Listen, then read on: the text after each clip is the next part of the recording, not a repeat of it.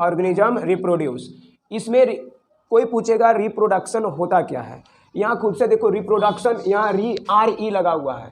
RE का मतलब फिर से कोई भी चीज़ वर्ड से होता है, जैसे रीप्ले, रिज्यूम, रिमेंबर, रिमाइंड, मतलब फिर से रिमाइंड करो, फिर से याद करो, फिर से ये करो। तो सारा का सारा क्या है, तो मतलब फिर से करना, यानी प्रोडक्शन मतलब उत्पादन करना होता है, यानी फिर से उत्पादन करो, नहीं फिर से करो।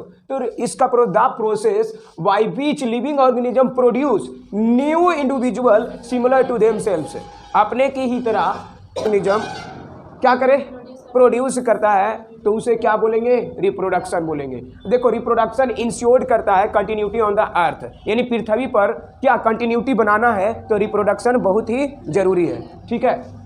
उसी अनुसार कहता है हेरिडेटरी ट्रांसमिशन इसमें होता है। इट इन्वॉल्व्स कंटिन्यूशन कैरेक्टर, इसमें एक कैरेक्टर होता है जो पेरेंट से अपने डॉटर में जाता है, जैसे डॉटर सेल्स में जाता है बाई कॉपिंग डीएनए के थ्रू क्या होता है, कब पता चलता जाता है, जैसे हमारा माता पिता है, माता पिता का जो कैरेक्टर होगा यानी जो गुण होगा उनका, जो हमारे अंदर आया होगा हमारा गुण होगा, जो हमारा बेटा बेटी के अंदर जाएगा, तो वो कॉपी करता है डीएनए का। किसका, डीएनए का।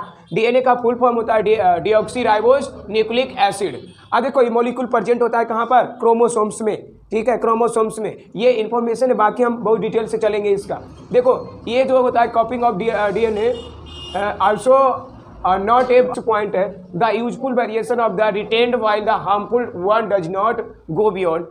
उसके बाद actually variation have the species with hand drastic environmental changes, thus the save the species from the becoming extinct and promotes its the survival for longer time। देखो वेरिएशन से हमको मदद मिलता है कि स्पेसीज को, बहुत सारा स्पेसीज हमारा है कि उसके विलुप्त होने से क्या करना है, बचाना है और उसको प्रमोट करना है लंबी आयु तक जीने के लिए। तो इसमें सारा चीज है। अब आते हैं रिप्रोडक्शन। रिप्रोडक्शन का डेफिनेशन हम दे चुके हैं। What is reproduction, the process by which living organism produce new individual themselves similar themselves is known as reproduction. अब देखो इसी को रिप्रोडक्शन, अब फोटो में हम दिखा रहे थे, फोटो से तुम लोग को क्लियर हुआ था। रिप्रोडक्शन जो होता है अलग अलग करने का तरीका है, सभी अलग अलग। जैसे ह्यूमन बीइंग का रिप्रोडक्शन डिफरेंट होता है, एनिमल्स में डिफरेंट होता है, बर्ड्स में डिफरेंट होता है, हर एक स्पीसीज में क्या होता है, डिफरेंट होता है। तो इसी प्रकार से रिप्रोडक्शन होता है जो दो प्रकार से होता है। देखो याद कर लेना यहीं पर, रिप्रोडक्शन होता है जो दो प्रकार का होता है। पहला एसेक्सुअल रिप्रोडक्शन, दूसरा सेक्सुअल रिप्रोडक्शन। देखो एसेक्सुअल रिप्रोडक्शन में क्या होता है, सेक्सुअल में क्या होता है कि इसमें दो होता है। इससे क्या होता है, इसका मतलब जेंडर होता है। क्या होता है, जेंडर होता है। जेंडर हो गया, यानी कि इसमें जेंडर में दो पेरेंट शामिल होंगे, दो इन्वॉल्वमेंट होगा। इसमें एक मेल होगा, दूसरा का फीमेल होगा। और इसमें कोई भी सिर्फ में एक ही इन्वॉल्व होगा। इसमें असेक्सुअल है, देखो आ लग जाता है तो शब्द को क्या कर देता है, उल्टा कर देता है। प्रीफिक्स यहाँ ए लगा हुआ है, मतलब इसमें क्या होगा, सिंगल पेरेंट इन्वॉल्व होगा, इसमें double parent, both parent involve होगा। इसमें गैमिट का फॉर्मेशन नहीं होगा, बट इसमें गैमिट का फॉर्मेशन होगा। यानी गैमिट का फॉर्मेशन होगा, अलग अलग गैमिट का फॉर्मेशन होगा। जैसे फीमेल का गैमिट को ओव्यूल बोला जाता है और मेल के गैमिट को स्पर्म्स बोला जाता है। और इसमें वैसी कोई बात नहीं है, ठीक है। उसके बाद देखो इसमें प्रोगेंसी आइडेंटिकल ऑफ टू पेरेंट होता है, ठीक है जी। तो देखो इसमें आइडेंटिकली होता है, बट इसका जेनेटिकली होगा, नहीं जेनेटिकली होगा, यानी कि वंशज दर वंशज जाते रहेगा, माता पिता का वहाँ जाता रहेगा, हमेशा पेरेंट का जेनेटिकली होगा। अब देखो कुछ पॉइंट है, एसेक्सुअल रिप्रोडक्शन एक्सट्रीमली यूजफुल होता है। कल भी हम बताए थे क्यों यूजफुल होता है, मीन रैपिड मल्टीप्लीकेशन के लिए वो ज़्यादा यूजफुल होता है, मल्टीप्लीकेशन कर सकते हैं उसका। यानी it is common in lower plant and animals, ये कॉमन होता है प्लांट में और एनिमल में, आम मानव में नहीं। असेक्सुअल रिप्रोडक्शन बहुत ही फायदेमंद होता है, ये लोअर प्लांट और एनिमल्स में होता है। तुम लोग को लग रहा होगा कि जो जीन का प्लांटेशन होता है। देखो अब पहला आता है कि डिफरेंट ऑफ असेक्सुअल रिप्रोडक्शन। पहला में पढ़ना है असेक्सुअल रिप्रोडक्शन, यानी कि हिंदी होता है लैंगिक और अलैंगिक। इसको अलैंगिक बोलेंगे, लैंगिक मतलब लिंग, दो लिंग होगा। अलैंगिक का मतलब एक असेक्सुअल रिप्रोडक्शन हो गया में बहुत सारे प्रकार होता है। पहला है जो फ्यूजन है। क्या है फ्यूजन, फ्यूजन मतलब है टूटना होता है। एक होता है फ्यूजन, एक होता है क्या है फ्यूजन, यानी कि फ्यूजन। फ्यूजन होता है, फ्यूज का मतलब जुड़ना होता है। फ्यूज जैसे हम लोग फ्यूज जोड़ते हैं ने, फ्यूज जोड़ते हैं कि नहीं, मतलब क्या होता है जोड़ना। अब फ्यूजन का मतलब टूटना। तो यहाँ से क्लियर रखना, जैसे फ्यूज हम जोड़ते हैं ना इलेक्ट्रिक वाला, तो फ्यूज का मतलब जुड़ना, यानी कि एक पेरेंट सेल से डिवाइड होगा 2 डॉटर सेल में। When the parent cell divided into 2 parent cell, यहाँ ध्यान से समझेगा, when divided into 2 parent cell is known as binary fusion. Fusion is also 2 types, binary fusion and multiple fusion. Binary fusion and multiple fusion. तुमको पता होगा binary fusion का मतलब क्या होता है। बाइनरी का मतलब 2, नहीं बाई का मतलब 2, और उसमें एक होता है द्विविखंडन, हिंदी में बोला जाता है द्विविखंडन और बहुविखंडन। नहीं, यानी कि फ्यूजन 2 प्रकार के होता है। एक होता है बाइनरी फ्यूजन और मल्टीपल।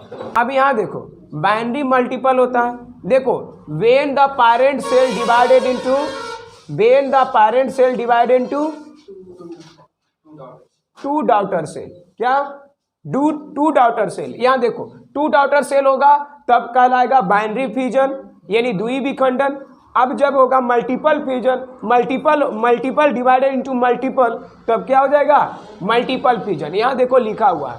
तो यहाँ तुम लोग को एग्जाम में आएगा कि एसेक्सुअल रिप्रोडक्शन के फ्यूजन के बारे में लिखना है, तो इस तरह से सारे पॉइंट को क्लियर करोगे।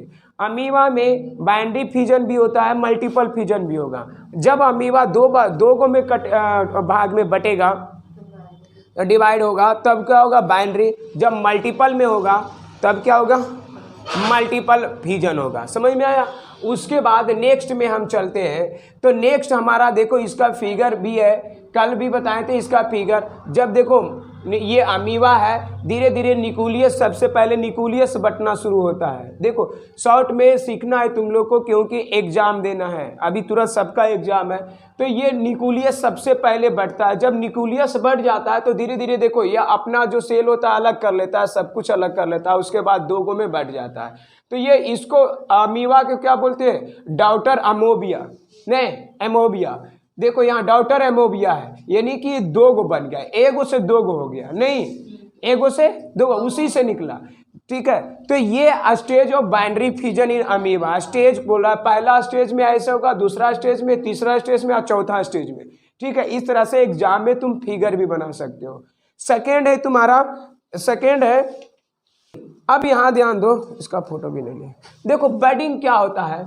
Budding a new organism is produce as grow with outgrowth of the parent body. Outgrowth parent cell है, ये पेरेंट सेल है। अब इसी से बड को फॉर्मेशन होगा। देखो बड निकल रहा है यहाँ से, या बड क्या होगा, बढ़ गया, धीरे धीरे बढ़ना किया तो इधर भी चला आया छोटा छोटा बड को, ये क्या होगा 2 भाग में बट गया। तो इसी प्रकार से ढेर सारा भाग में बढ़ता गया, देखो बढ़ गया। तो फिर बाद में क्या होगा, टूट जाएगा। तो ये क्या होगा, न्यू ईस्ट हो जाएगा, ये निकलेगा। तो ये होता है, ये जो फिगर है ईस्ट में दिया गया है, ईस्ट में। अब तुम लोग को पता है ईस्ट का जो हम फर्मेंटेशन में यूज करते हैं, फर्मेंटेशन में ईस्ट का यूज किया जाता है। बडिंग इन ईस्ट है। अब तीसरा जो तुम्हारा है स्पोर फॉर्मेशन। स्पोर फॉर्मेशन का मतलब देखो बडिंग जो होता है ना, तुम्हारा बडिंग तुम्हारा हाइड्रा में भी होगा। ठीक है, हाइड्रा में भी होगा। जैसे हाइड्रा का इस तरह से होता है, ऐसे ऐसे होगा। तो देखो, तो इसमें क्या होगा, बड निकलेगा, यहाँ पर भी बड निकलेगा। पहले यहाँ पर बड निकला, दूसरा स्टेप में ये दूसरा स्टेप में क्या हो जाएगा, बड ये इसमें जैसे ये निकल गया। फिर दूसरा स्टेप में भी यहाँ पर बड जो रहेगा, तो ये धीरे धीरे ये बाहर आ जाएगा। ठीक है, तो ये न्यू बन जाएगा, बडिंग इन हाइड्रा। तो ये सब हाइड्रा में भी होता है।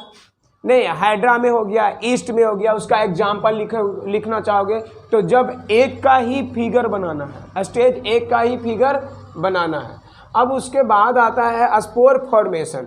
स्पोर फॉर्मेशन का मतलब होता है, spores are a small bulb like structure develop at the top of the erect hyphae of the fungus plant released into the air and germinate into the new individual after landing into food और soil. कहता spore formation में क्या होता है, ये bulb like का structure होगा, ये टॉप में। और दूसरा है फ्रेगमेंटेशन।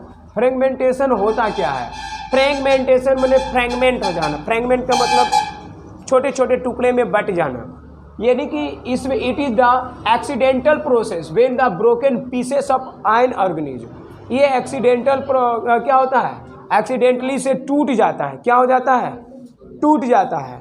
टूटने के बाद यहाँ समझना है, टूटने के बाद ये अपना एक न्यू इंडिविजुअल ऑर्गेनिज्म हो जाता है। जैसे इसको तोड़ दिया, इसको एक्सीडेंटल टूट जाता है, टूटने के बाद ये क्या हो जाएगा, दो गो बन जाएगा, फ्रेगमेंट, दो पीस हो जाएगा। समझ में आया। तो इसमें फ्रेगमेंटेशन एस्पायरोगैरा में यहाँ देख सकते हो, एस्पायरोगैरा में, यानी फ्रेगमेंटेशन का डिफाइन क्या करोगे, क्या बोलोगे, यानी कि ये एक्सीडेंटल प्रोसेस होता है, नहीं ये अचानक क्या होता है, जब किसी अचानक क्या होता है, broken pieces of an organism. जब कोई ऑर्गेनिज्म को दो भागों में टूट जाता है, तो दो भागों में टूटने के बाद वो धीरे धीरे ग्रो कर लेता है अपने कंप्लीट ऑर्गेनिज्म। समझ में आया। जैसे मान लिया जाए कोई भी है ना, उसके बाद ये तो फ्रेगमेंटेशन समझ में आया कि देखो समझाते हैं।